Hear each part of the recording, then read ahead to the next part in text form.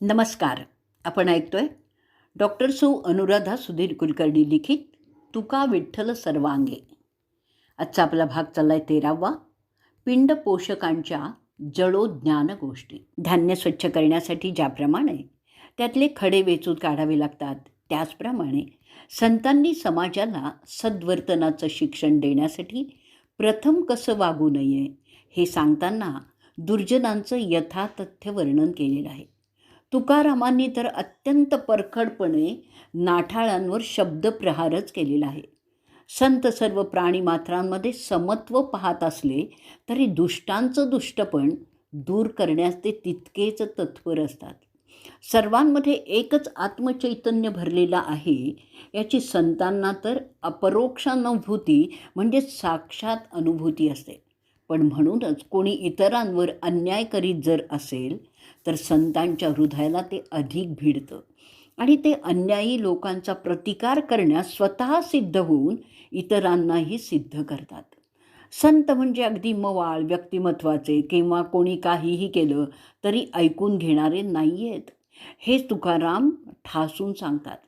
ज्याला स्वतःच्या देहाचीच काळजी असते तो जगात पूर्णपणे निर्भयतेने वागू शकत नाही.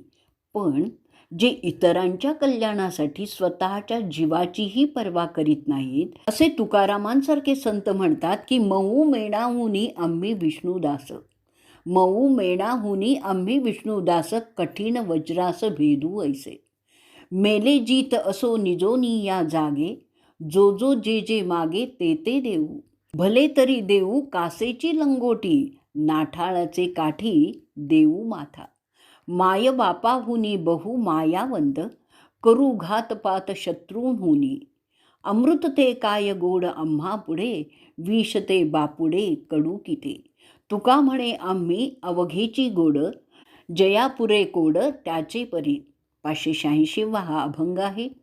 आम्ही विष्णूंचे भक्त सर्वांवर निरपेक्ष प्रेम करण्यासाठी मेणाहूनही मऊ आहोत, पण लोकांना त्रास देणाऱ्या अधमांसाठी मात्र आम्ही वज्रासही भेदण्या इतके कठीण होऊ.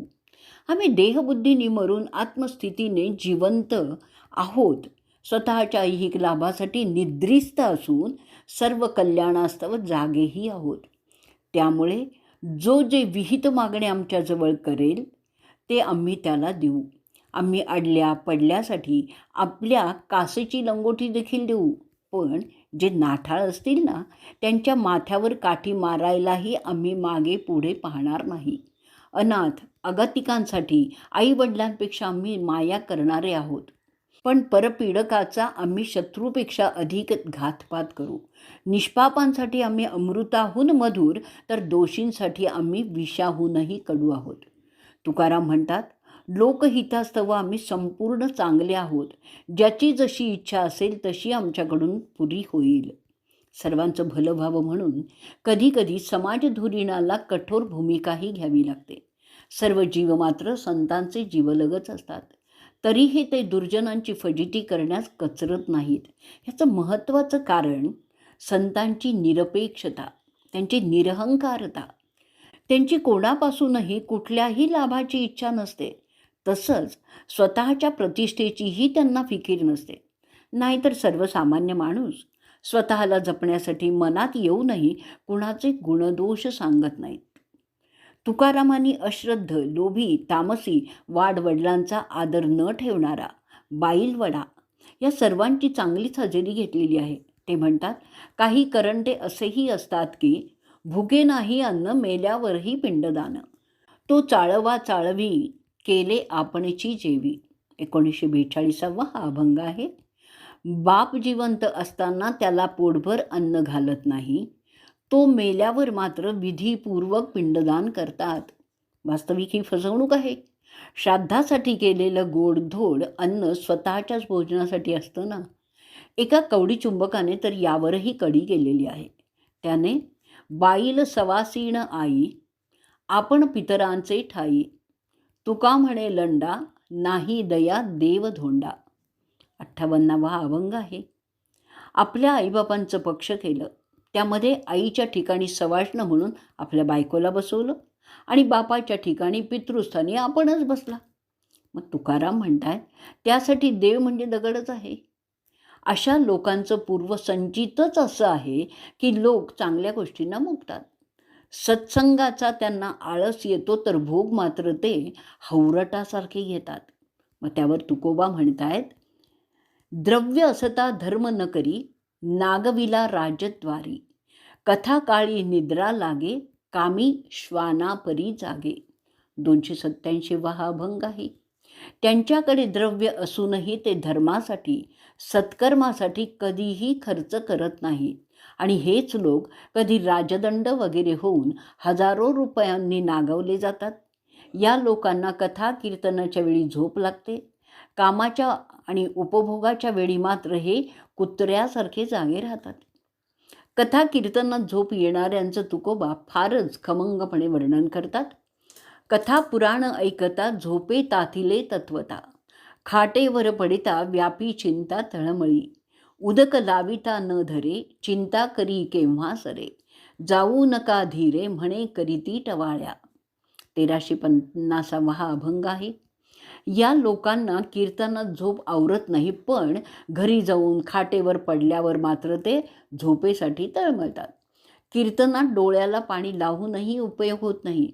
कधी एकदा कथा संपेल याची चिंता करतात, पण स्नेहांच्या बरोबर मात्र रात्र रात्र दुसऱ्यांच्या टवाळी करीत असताना कोणी इथून उठून जाऊ लागलं तर त्याचा हात धरून खाली बसवतात आणि जाऊ नको रे असं म्हणतात. भोगविलास सर्वस्व मानणाऱ्यांना आत्मस्वरूपाचं तत्त्वज्ञान कळणं अतिशय कठीण आहे. मग तुकाराम म्हणतात, ढेकणांना बाजेवर चढणं उतरणं हे गडावर चढण्यासारखं अवघड असतं. तद्वतच हेंदऱ्याचे भरिता कान हलवी मान भोकरीते. 1933 अभंग आहे. देहवादी माणसाला कोणी कितीही उपदेश केला तरी तो त्यावर मानच डोलवतो, पण त्याच्या कानाची भोकं रिकामीच राहतात असं तुकोबा म्हणतात. आपलं कर्तव्य कर्म विसरणाऱ्या बाईलवेड्या माणसाचीही तुकोबांनी चांगलीच खरडपट्टी काढलेली आहे. अशाच एका माणसाची बायको त्याला म्हणते, तुमचं लक्ष ना निरंतर धंद्याकडे असतं. घरात माझी सर्व हेळसांड करतात. तुम्ही पैसा मिळवता ते हे सगळे खाऊन टाकतात. तुमची जननी तर माझ्यावर नुसती जळते. नणंद दुष्ट आहे. मी आपला जीव मुठीत धरून नटून थटून बसते. त्यामुळे तुम्हाला माझे हाल काही कळत नाही आहेत. तुम्ही वेगळे निघाला तरच मी संसार करीन. अशा बायकोचा बुळा नवराही तिला म्हणतो, माझ्या आईवडिलांचा भाऊ बहिणींचा मी त्याग करीन, पण तू उदास राहू नकोस. तुला मी सोन्याने मडवीन, बाकीच्यांच्याकडे ढुंकून देखील पाहणार नाही असं वर्णन करून तुकोबा म्हणतात, तुका म्हणे केला रांडेने गाढव, मनासवे धाव घेतलीसे. तुकाराम म्हणतात, आपल्या पतीला या रांडेने गाढवच केलं म्हणून तो तिच्या मनाप्रमाणे वागतोय. मानवी मनात रुतलेल्या विकारांना तुकाराम आपल्या वर्णनाच्या माध्यमातून जणू खेचून बाहेर काढतात. त्या विकारांचं उघडं नागडं स्वरूप पाहून लोकांना त्यांच्याविषयी घृणा उत्पन्न व्हावी, त्यांचा आपल्या अंतरात शिरकाव होऊ नये म्हणून लोकांनी दक्षच असायला पाहिजे. आणि हाच हेतू तुकारामांनी पिंड पोषकांचं वर्णन केलेलं आहे, त्याचा धिक्कार केलेला आहे. दुबळ्या माणसांना भाग्यवंतांचा मत्सर वाटतो. त्यांनी आपल्यासारखं करंट व्हावं, पंडितांच्या सभेत अपमान व्हावा अशी इच्छा करणाऱ्यांचंही तुकाराम वर्णन करतात. दुबळे सदैवा म्हणे नागवेल केव्हा, मूढ सभे आत इच्छी पंडितांचा घात, तुका म्हणे किती करू दुष्टांची फजिती. 2539 अभंग आहे. दुबळ्या माणसांना भाग्यवंतांचा मत्सर वाटतो. त्यांनी आपल्यासारखं करंट व्हावं असंच त्यांना वाटतं. पंडितांचा सभेत अपमान व्हावा अशी इच्छा सभेत बसलेल्या मूढांची असते. मग तुकाराम म्हणतात, अशा दुष्टांना चांगलं फजिती करावं. असे नष्ट दुर्जन कितीही चांगले ज्ञानी झाले तरी त्यांच्या त्या ज्ञानाला आगच लागू देत असं तुकोबा परखडपणे सांगतात. कारण ज्याचा सर्वात्मक भाव असतो तोच खरा ज्ञानी असतो. शब्द पांडित्याला इथे काहीही अर्थ नाही. पिंडपोषकांच्या जळो ज्ञानगोष्टी, झणी दृष्टी भेटी न हो त्याची, पोहो नेणे कासे लावितो आणि का, म्हणावे त्या मूर्खा काय आता, तुका म्हणे अहो देवा दीननाथा, दरुशन आता त्याचे नको. जे केवळ स्वतःच्या शरीराला कसं पोसावं याचाच सदा विचार करीत असतात अशांच्या चातुर्याच्या गोष्टींना आग लागू देत असे लोक कधीही आपल्या दृष्टीसही पडू नयेत. ज्याला स्वतःला पोहता येत नाही तो दुसऱ्यांना काय बुडवताना वाचवणार, तर तो दुसऱ्याला कासेला लावू पाहिल तरच अशा मूर्खाला काय म्हणावं. तेव्हा दीनानाथा देवा, अशा नष्ट लोकांचं आम्हाला दर्शनच होऊ नये, त्यांची गाठभेटच आम्हाला नको आहे, असंच तुकोबांना वाटतं. आणि आजचा भाग त्यांनी इथेच संपवलेला आहे. जय जय राम कृष्ण हरी जय.